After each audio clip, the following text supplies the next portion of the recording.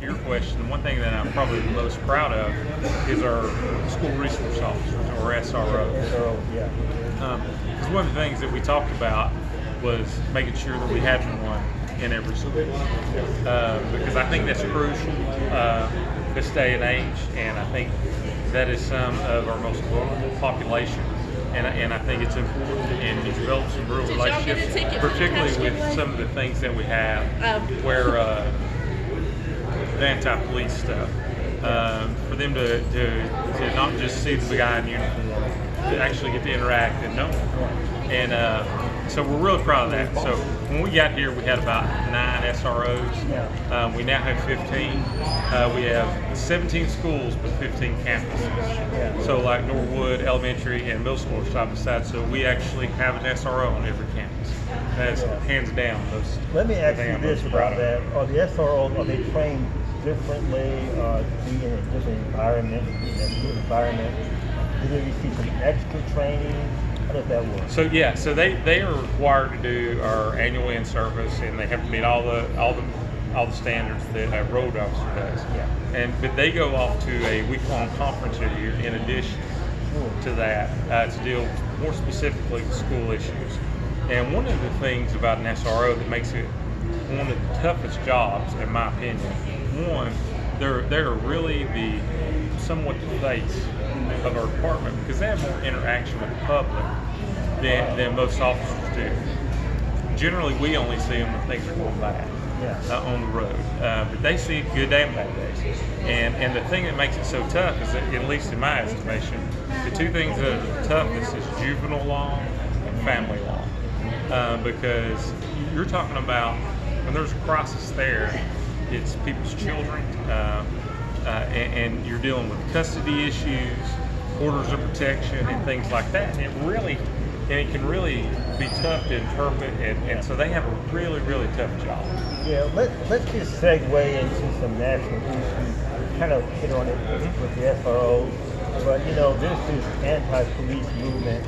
How does that affect the moral, the morality, the feeling of the officers? How does that affect the budget? And can you just open that up a little bit? Sure. Explain. So what we're experiencing here in Anderson County is we've had some turnover, and some of it is directly related to the anti-police movement. We had a gentleman who's an incredible officer, came to us, moved to Anderson County from Upper East Tennessee. I mean, he was really sharp, and he came in and talked to me, and he decided to get out of law enforcement. And he basically said that the ante had got too high. That with everything that was going on nationally, it just no longer was working. And that was really disappointing. Now, I will say this: we're in pretty good shape in Anderson County. We're kind of insulated from what we're seeing nationally, and really in East Tennessee as a whole. But we do see it right there in Knoxville, Knox County, and so that it is on our back porch, or however you would like to say morale that. has been affected. Oh, absolutely. I had a conversation probably about 2 weeks ago with one of my veteran officers. I'd say he's probably been in law enforcement about 18 years. And he told me that it used to be him and his wife would talk about the biggest fear was coming to work and not returning, right? Being killed in the line of duty. And he says now his fear is more so there'll be some kind of in-custody death or some kind of use of force that needs to be taken that results in someone's death, and he would potentially be criminally charged or crucified in the media. And he says that is something they talk about, as opposed to, well, you may not know. And it's unfortunate. It really is. And we tell them to keep their head up, but with some of the very far left things that we're hearing and stuff. But again, we have, and again, I don't want to paint the wrong picture here, because we know we got it really good here in Anderson County. Our citizens support us. Well, I think that's key too. And from our perspective, knowing you and seeing how you police, I think that your leadership is key to keeping the sheriff deputies morale high. And so, tell us, how you do that, and does the Republican Party, those platforms, doing things like the Republican platforms, does that help in the leadership? Oh yeah, absolutely. I mean, the GOP is all about supporting the police. So it's about law and order, and it's not about punishing people. It's about let's do the right thing here, and the punishment's required. It's required, but then again, not always is going to jail the answer, right? Sometimes there's other things in play there that you have to take into consideration. One of the things that I will tell you is we come in and we make sure we have a very open door for our officers. We love chain of command and we follow it, but they also come see the sheriff anytime they choose to. And if it's an issue that I need to send them back down to use the chain, we do it. If not, if it's something they want to talk to me, particularly if it's personal matter, I said talk to them. By the same token, any citizen that comes in, irregardless if they're even a registered voter, they want to see me, they get to see me. It might not be at that exact moment, but they get to come in and they get to see me. And also, in addition to that, we really focused on this. We talked about this campaign, and the kind of the national motto is protect and serve. And I think we do a really good job of somebody's kicking in your door, coming in, and we run the blue lights and get there and restore order for the moment. One of the things I think we can do better is the service. We really concentrate on that. Some of the guys don't like this, but we talk about customer service. But there is a part of that. We have to remember that that's the core circle of the deal. And I think that falls completely in line with the GOP and their beliefs, and it really just fits nice.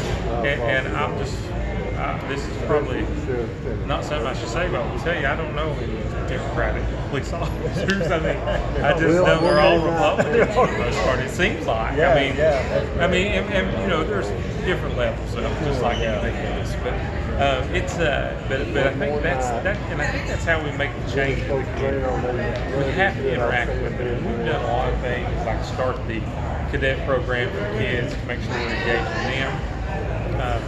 Any event we come out and we participate in everything we can. We'll do a little upon to do, and we really try to amp up our alternatives to incarceration to try to, even though you may owe us some time from a crime you've been convicted of, we're trying to make sure that you have some resources while you're in it to the best of our ability.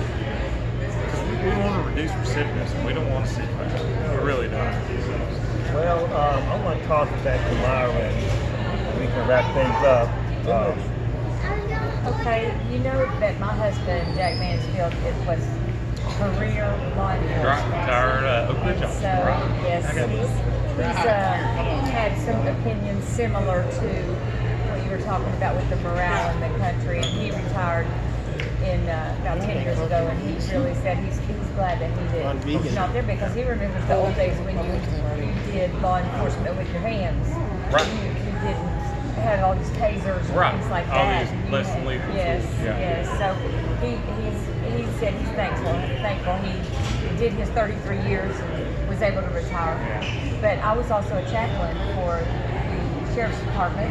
You may not know that. And what made me resign was politics, because someone I was running against started making an issue with the Sheriff's Department about me being a chaplain and saying some things. Right, and so I said, hey, I'm not going to allow this to negatively affect the Sheriff's Department, so I resigned for being a chaplain. I absolutely loved it. And my husband Folks, don't forget, our next drawing is at 10 p.m. PM is just about 5 minutes away. Yeah, one of The the 10 p.m. things, drawing since this is my sponsored by first term OEB as Law. sheriff, And this is I a was really 500 surprised cash at the drawing. cost of it This is all. going to be in I was the pretty last naive weekend, in the sense $250 that I on the thought Big once Ten. I won, So if you have the tickets, politics ended for 3 all years, week, and then it picks you back qualify up to for win. election. And again, cash giveaway tonight is sponsored by Local Elrod and Morrell and that is at 10 o'clock for $500. unfortunate, to be It is- really it honest. is, yes, it is your job.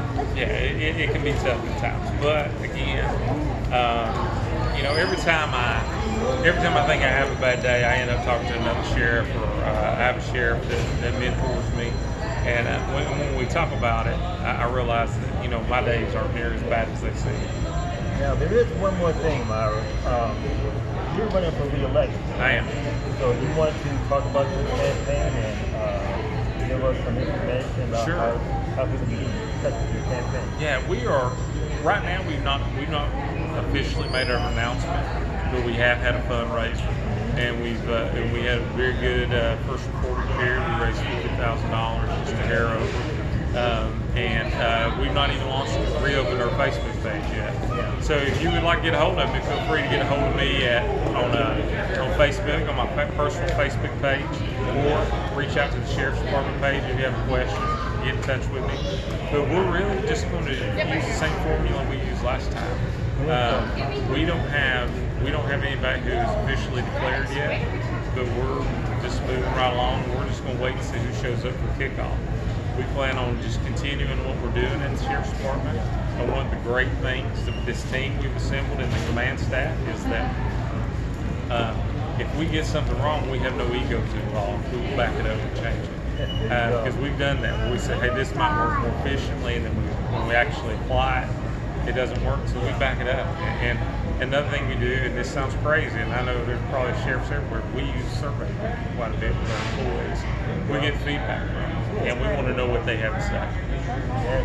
Well, thank you so much All right. for taking your Pleasure time having with you us, guys. and we look forward to watching the more. All right. What's going to happen. Thank you so much, guys. Appreciate it. Great. Thank you very much.